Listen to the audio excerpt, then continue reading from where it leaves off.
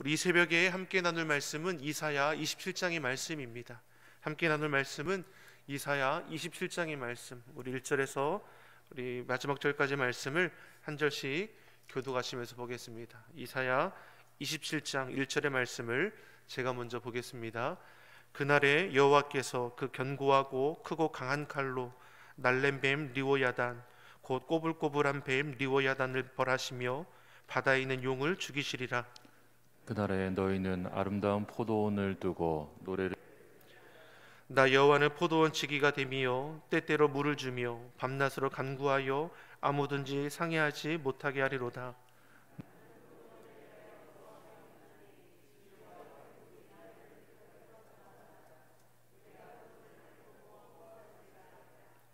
그리하지 아니할 것 같으면 나의 힘을 의지하고 나와 화친하며 나로 더불어 화친할 것이니라. 후일에는 야곱의 뿌리가 박히며 이스라엘의 우미 돋고 꽃이 필 것이라. 그들이 그 결실로 지면에 채우리로다. 주께서 그 백성을 치셨은들 그 백성을 친 자들을 치심과 같았겠으며 백성이 사륙을 당하였은들 백성을 도륙한 자의 사륙을 당함과 같았겠느냐. 주께서 백성을 적당하게 견책하사 쫓아내실 때에 통풍 부는 날에 폭풍으로 그들을 옮기셨느니라. 야곱의 불의가 속함을 얻으며 그 죄를 없이함을 얻을 결과는 이로 인하나니 곧 그가 제단의 모든 돌로 부서진 횃돌 같게 하며 아세라와 태양상으로 다시 서지 못하게 함에 있는 것이라. 대저 견고한 성읍은 적막하고 거처가 황무하며 버림이 되어 광야와 같았은즉 송아지가 거기서 먹고 거기 누우며 그 나무 가지를 먹어 없이 하리라. 가지가 마르면 꺾이나니 여인이 와서 그것을 불사를 것이라. 이 백성이 지각이 없으므로 그들을 지으신 자가 불쌍히 여기지 아니하시며 그들을 조성하신 자가 은혜를 베풀지 아니하시리라. 너희 이스라엘 자손들아, 그날에 여호와께서 창이라는 하수에서부터 애굽 시내까지 과실을 떠는 것 같이 너희를 일일이 모으시리라. 함께 읽겠습니다. 그날에 큰 나팔을 울려 불리니 아수르 땅에서 파멸케 된 자와 애굽 땅으로 쫓겨난 자가 돌아와서 예루살렘 성산에서 여호와께 경배하리라. 아멘. 할렐루야. 우리 하나님의 은혜와 평강이 우리 새벽을 깨워 예배하시는 우리 성도님들의 심령과 가정에 충만하기를 간절히 소망합니다.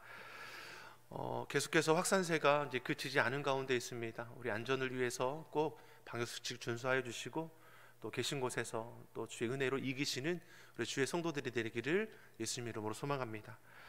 우리가 계속해서 이사야서의 말씀으로 은혜를 나누고 있습니다. 1장에서 12장까지에서는 이스라엘을 향한 죄와 심판을 예고했음을 볼 수 있고 또 13장에서 23장까지는 이 열방을 향한 심판이 또 재차 예고되는 걸 볼 수 있습니다. 이게 이스라엘을 중심으로 해서 이 바벨론, 또 아수르, 블레셋, 모압, 다메섹, 구스, 애굽, 아수르, 에돔, 아라비아 두로 할 것 없이 하나님의 심판이 모든 열방을 향하는 것을 우리에게 말씀해 주었습니다. 그리고 24장에서 오늘 읽었던 27장의 이 말씀을 통해서는 하나님께서 심판을 예고하신 그 이유가 어디에 있느냐라는 것을 우리로 깨닫게 알게 합니다. 하나님께서는 이스라엘과 열방을 향해서 심판을 예고하신 것은 심판의 목적이 있는 것이 아니라 심판을 통한 회복의 목적이 있다는 것입니다. 그날에 죄된 모든 것들은 다 무너지게 될 것입니다. 그날에 악인들은 심판을 당하게 됩니다.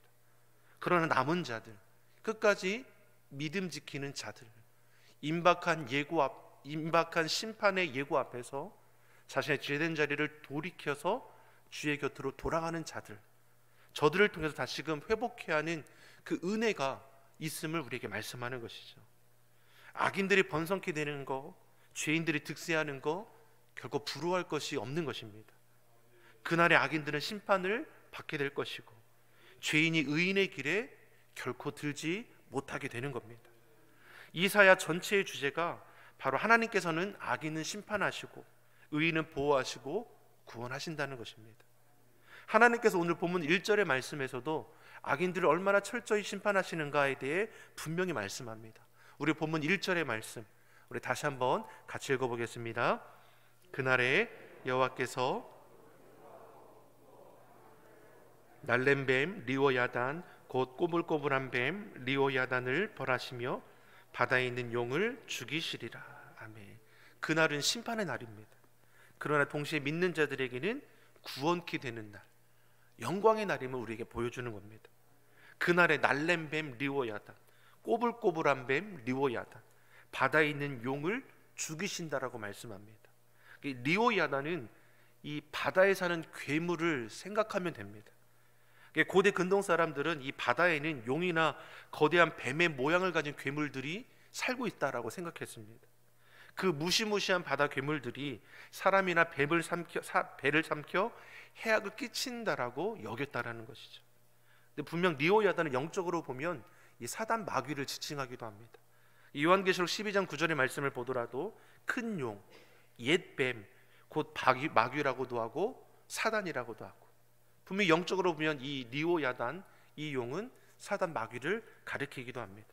이사야 선지자는 너희가 어찌하지 못할 그 커다란 바다 괴물조차 하나님 앞에 단번에 심판받게 될 것을 말씀하는 것이죠.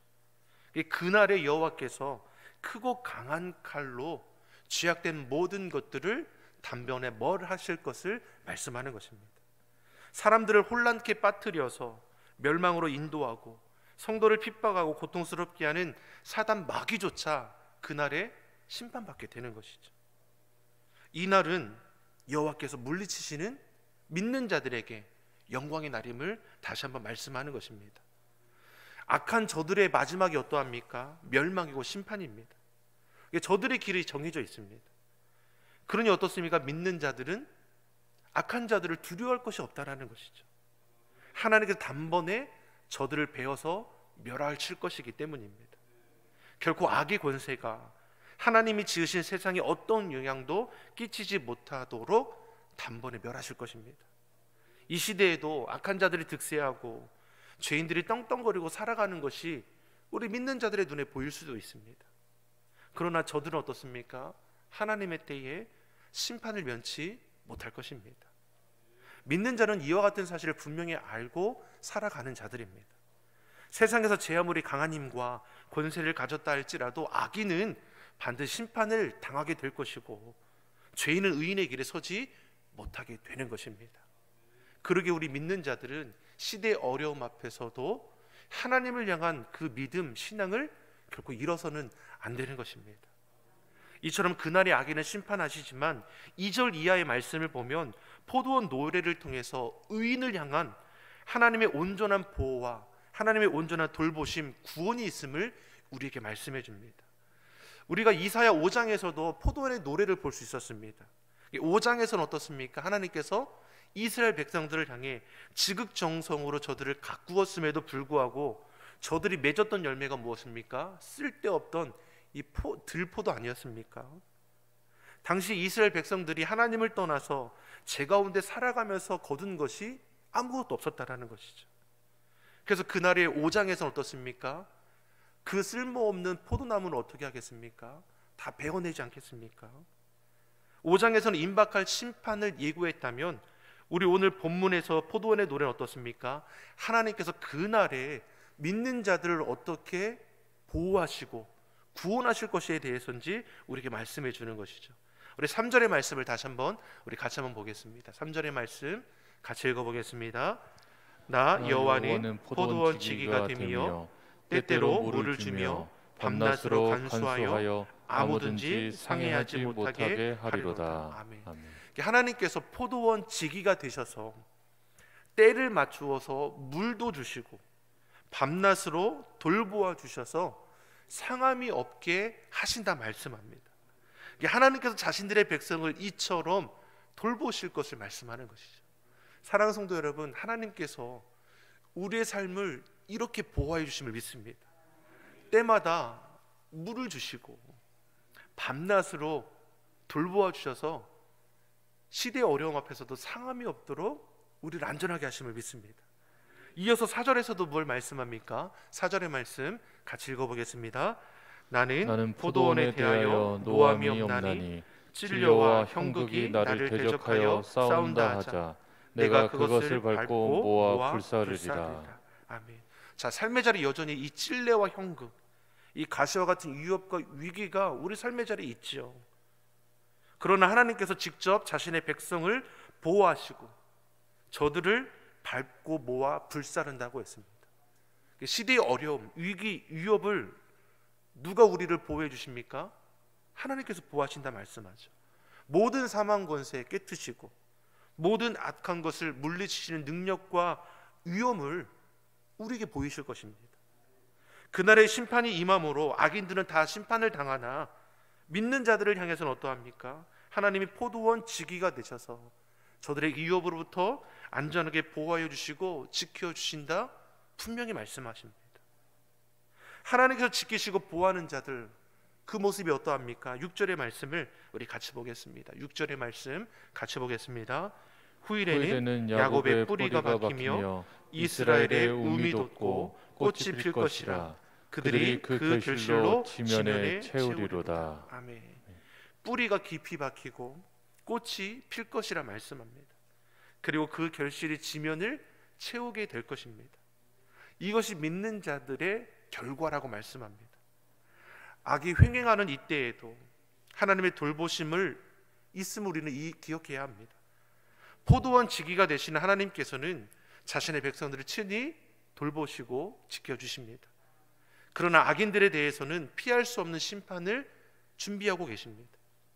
하나님의 심판을 누가 피할 수 있겠습니까?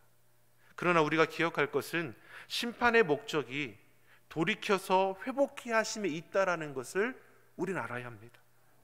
심판하시는 것은 멸망이 궁극적인 목적이 아니라 하나님 백성들을 회개케 하여 돌이키기 위한 아버지의 사랑이 있음을 우리는 먼저 기억해야 하는 것이죠. 분명 하나님의 심판이 얼마나 철저하게 이루어지는지는 7절 이하의 말씀을 통해서 우리는 알 수 있습니다. 죄 가운데 빠진 이스라엘을 향해 심판이 예고되고 있음에도 돌이키지 않으면 그 예고된 대로 하나님의 징계는 임하게 되는 것입니다. 9절의 말씀을 한번 같이 보겠습니다. 9절의 말씀 같이 읽어보겠습니다.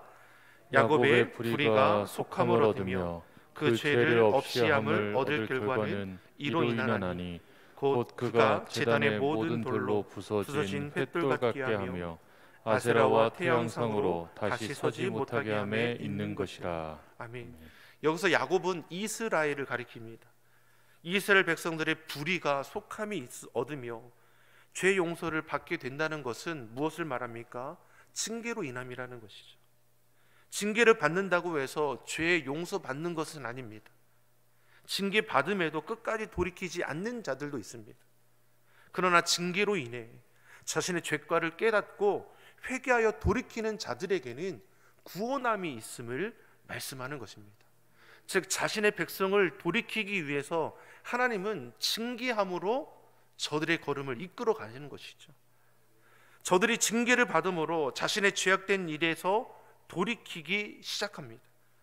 우상 제단을 다 깨부어서 가루로 만들고 아세라 태양상을 다시는 세우지 않을 것을 결단합니다.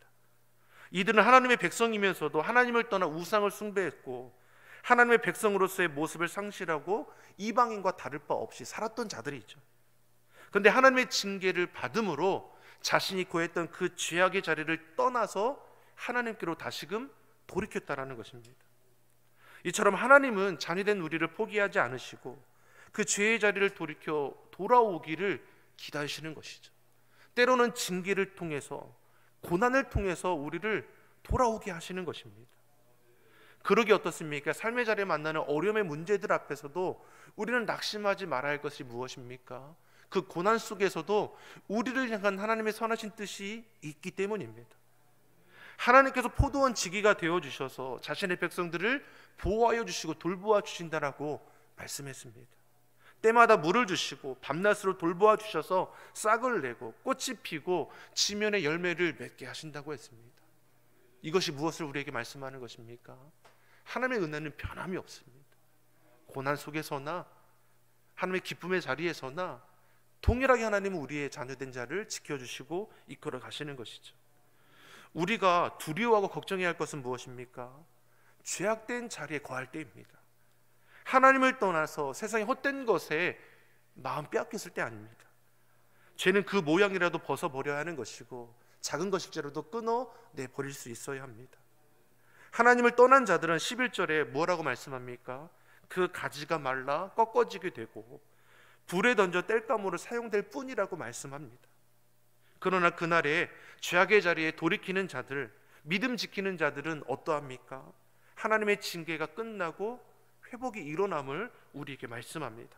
12절 13절의 말씀 우리 같이 한번 보겠습니다. 12절 13절의 말씀 같이 읽어보겠습니다. 너희 이스라엘 자손들아, 그날에 여호와께서 창이라는 하수에서부터 애굽 시내까지 과실을 떠는 것 같이 너희를 일일이 모으시리라. 그날에 큰 나팔을 울려 불리니 아수르 땅에서 파멸케 된 자와 애굽 땅으로 쫓겨난 자가 돌아와서 예루살렘 성산에서 여호와께 경배하리라. 아멘. 자, 징계가 마치면 여호와께서 너희를 일일이 모으시리라 말씀합니다.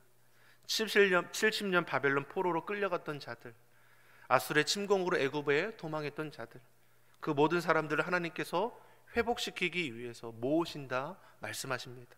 모으셔서 예루살렘 성산에서 여호와께 경배케 하리라 말씀합니다. 이전의 영광을 회복케 하시고 다시는 흔들림 없도록 세우시는 하나님의 은혜가 있음을 우리에게 말씀하는 것입니다. 로마서 8장 28절에서도 모든 것이 합력하여 선을 이루어 가신다라고 말씀합니다. 하나님께서는 고난 가운데서도 우리를 회복케 하시며 우리의 나아갈 길을 이끌어 가심을 우리는 기억해야 합니다.